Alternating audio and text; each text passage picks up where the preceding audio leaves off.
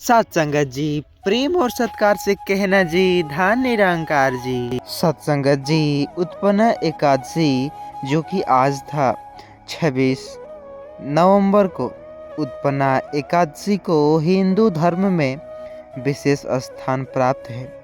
यह दिन भगवान विष्णु को समर्पित है, जिन्हें सृष्टि का पालनहर्ता माना जाता है। इस दिन एकादशी का व्रत करने से मनुष्य अपने पापों से मुक्त हो जाता है और मोक्ष की प्राप्ति करता है। यह कथा एक ऐसी राजा धर्मसेन की है जिसने उत्पन्ना एकादशी का महत्व नहीं समझा और उसके जीवन में ऐसा चमत्कार घटित हुआ जिसे उसकी आत्मा इतना झकझोर कर दिया कि वह गरीब होने पर मजबूर हो गया।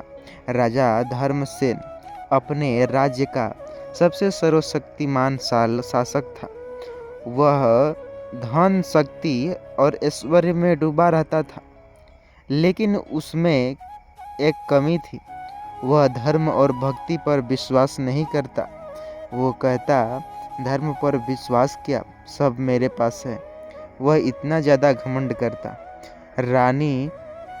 राजा की रानी अदिति भगवान विष्णु की परम भक्त थी।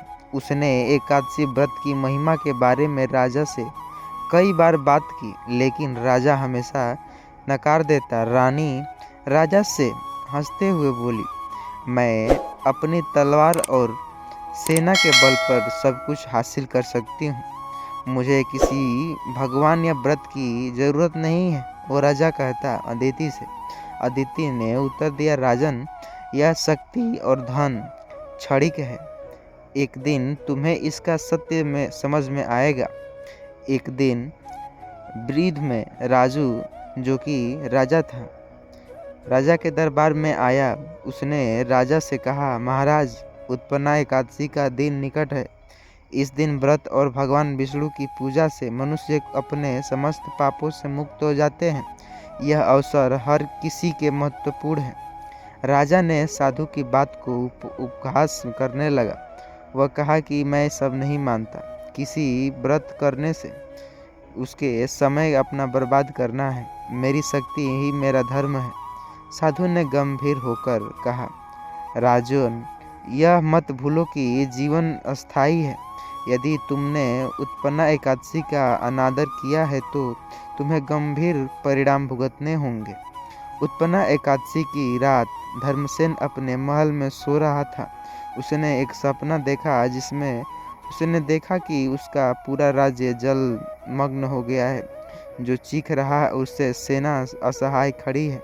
अचानक एक दिव्य आवाज़ गूंजी, यह तुम्हारे पापों का फल है। तुम्हारे कर्म में यही लिखा था। तुम जब तक ये रहोगे विनाश हो जाओगे। इसी समय से राजा को एहसास हुआ और वह छोड़ दिया। बाकी चलिए, 1 जनवरी को हम कौन से भूल करते हैं, कौन से क्या करने चाहिए जिसे माँ लक्ष्मी घर में प्रवेश नहीं करती, आइए जानते हैं एक कथा के माध्यम से, जिसे सुनने के बाद आपको ये रोंगटे खड़े हो जाएंगे। साथ ही चैनल पर नए होंगे, चैनल को सब्सक्राइब कीजिएगा। सत्संगत जी, प्रेम और सत्कार से कहना जी, धन निरंकार जी। अक्सर सत्संगत जी, भारतीय संस्कृति में गाय को माता का दर्जा दिया गया है। इससे समृद्धि, शांति और शुभता का प्रतीक माना जाता है।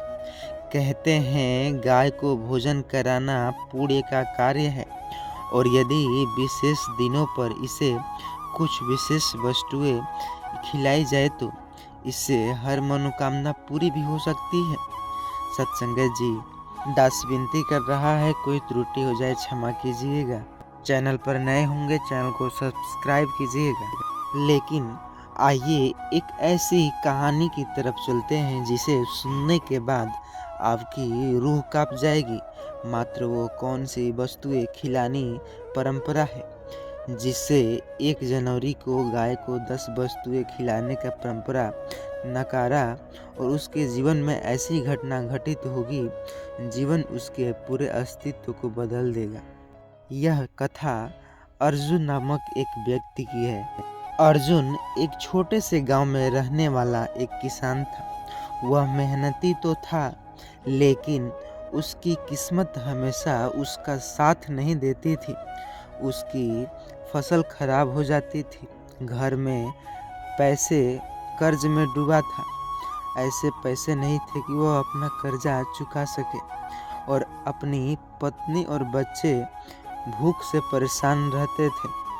गांव के लोग का मानना था कि अर्जुन की समस्या का कारण उसकी आस्था की कमी थी। गांव के पुजारी ने अर्जुन से कहा, अर्जुन, तुम गाय को भोजन कराना सबसे बड़ा पुण्य का काम होता है। विशेषकर 1 जनवरी के दिन गाय को 10 पवित्र वस्तुएं खिलाना, जिससे वे सारे संकट दूर हो सकते हैं। अर्जुन ने हंसकर जवाब दिया, पुजारी जी, गाय को खिलाने से मेरा कर्जा चूक जाएगा, मेरी फसल हरी हो जाएगी। यह सब अंधविश्वास है। मैं इस अंधविश्वास को नहीं मानता। मैं मानता हूँ मेहनत ही सब कुछ है। देखते ही देखते पुजारी ने अर्जुन को समझाया, 1 जनवरी का दिन बेहद शुभ है। यह एक नए वर्ष का पहला दिन है। इस दिन गाय को रोटी, गुड़, चावल, केला, घी, हरा चारा, आटा, चना, लड्डू और पानी पिलाने से भगवान कृष्ण और देवी लक्ष्मी प्रसन्न होती है। यह दिन तुम्हारे जीवन को बदल सकता है। लेकिन अर्जुन ने पुजारी की बात को अनसुना कर दिया। उसने कहा, मैं मेहनत पर विश्वास करता हूँ, न कि इन धार्मिक कृत्यों पर। 1 जनवरी को सुबह पूरा गांव गायों को भोजन कराने के लिए इकट्ठा हुआ। हर कोई अपना श्रद्धा से 10 वस्तुएं लेकर आए, लेकिन अर्जुन अपने खेतों में काम करने चला गया। रास्ते में उसे एक गाय, जो कि बूढ़ी थी, वह उसे दिखी, जो भूख से तड़प रही थी। गाय ने अर्जुन की ओर देखी, जैसे ही उससे भोजन की याचना कर रही हो। अर्जुन ने कहा, मेरे पास तुम्हें खिलाने के लिए कुछ नहीं है। गाय ने धीरे से रंभाई और जंगल की ओर चली गई। उसी समय आसमान पर काले बादल छा गए।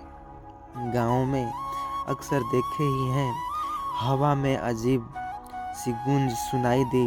अर्जुन ने इसे एक साधारण प्राकृतिक घटना समझा, लेकिन वह घटना नहीं था। उस दिन अर्जुन के खेत पर काम करते हुए अचानक उसकी बैलगाड़ी टूट गई। फसल की मंडी में ले जाने का कोई साधन नहीं रहा। उसके कारण उसके फसल सड़ने लगे। घर लौटने पर उसने देखा कि उसका बेटा गंभीर रूप से बीमार हो गया है। उसकी पत्नी ने केवल उससे कहा, हम पर किसी कृपा नहीं है। क्या यह संभव है कि हमसे किसी का अपमान किया गया हो? अर्जुन ने इन बातों को मजाक में उड़ा दिया, लेकिन रातों को उसे एक अजीब सपना आया। उसने देखा कि बूढ़ी गाय, जिसे उसने रास्ते में अनदेखा किया था, वह देवी का रूप धारण कर रही थी। देवी ने कहा, तुम मेरे संकेत को अनदेखा किया, अब तुम्हें अपने कर्मों का फल भुगतना पड़ेगा। देखते ही देखते अगले दिन गांव में एक साधु जी आए। उसने अर्जुन के घर आकर कहा, पुत्र, तुम्हारी समस्या का कारण तुम्हारा अभिमान है और गाय की अपेक्षा है। गाय देवी का रूप है। उसे भोजन कराना सृष्टि से भी देवी देवताओं को प्रसन्न करने में समान है।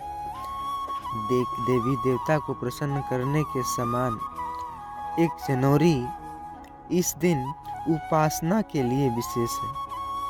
अर्जुन ने साधु से कहा, अगर यह सच हो तो आप मुझे इसका प्रणाम दें। साधु ने उसे बताया कि यदि वह हर अगले गाय को 10 पवित्र वस्तुएं खिलाए तो उसके जीवन बदल जाएंगे। अर्जुन ने अगली सुबह गांव की सबसे बूढ़ी औरत, जो कि बूढ़ी गाय, जो कि उनको ढूंढा और उनके लिए 10 वस्तुएं लेकर आया। रोटी, गुड़, चावल, केला, घी, हरा चारा, आटा, चना, लड्डू और पानी। उसने गाय को श्रद्धा से खिलाया और प्रार्थना की, हे गौ माता, मेरी गलतियों को क्षमा करें, कृपया मेरे जीवन में शांति और समृद्धि लाए। जैसे ही उसने गाय को खिलाना, उसे महसूस हुआ कि हवा में एक दिव्य खुशबू फैल गई।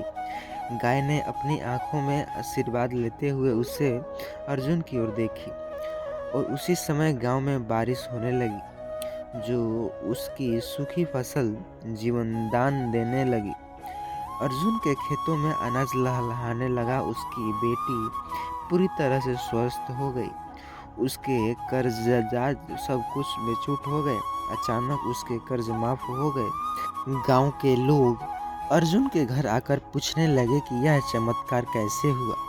फिर अर्जुन ने यह सब गाय की कृपा बताया।